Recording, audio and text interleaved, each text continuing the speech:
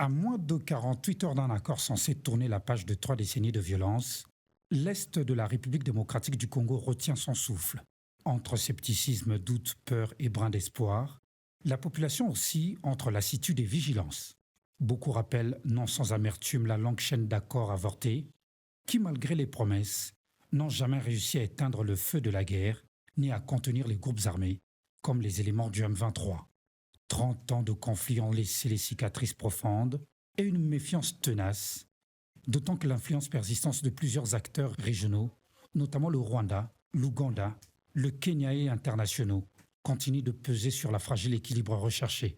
C'est que pour nous, si ces accords étaient signés à bonne et due forme, le peuple congolais dira merci parce que tout ce que le peuple congolais veut, c'est la paix. Mais aujourd'hui, nous comprenons que on a signé des accords cadres, on a signé des accords de principe. Les accords de principe n'ont jamais été respectés, les accords cadres n'ont jamais été respectés. Et aujourd'hui, nous sommes en train d'aller signer d'autres accords. Reste à savoir, est-ce que ces accords seront respectés? À suivre le dernier discours de M. Kagame, le président du Rwanda, nous pensons que de l'autre côté, il y a une mauvaise volonté. Il y a lieu que ces accords ne soient pas respectés. Sur le terrain, la jeunesse militante fait ressentir sa colère.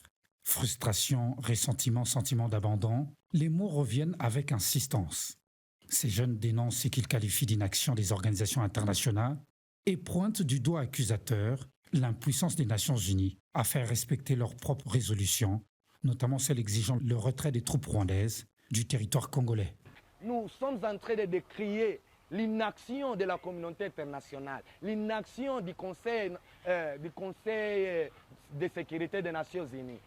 Normalement, il devrait accompagner les accords, il devrait accompagner la résolution 2373 parce que dans la résolution 2373, il y a le retrait immédiat des groupes de l'armée rwandaise.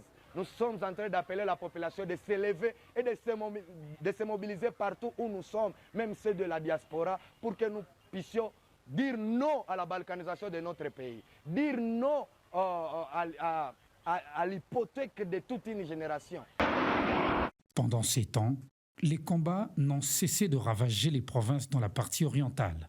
Des millions de déplacés et des familles séparées, des villages engloutis par les violences. Le conflit opposant les FARDC et le M23 a redessiné la vie et la géographie humaine de cette région.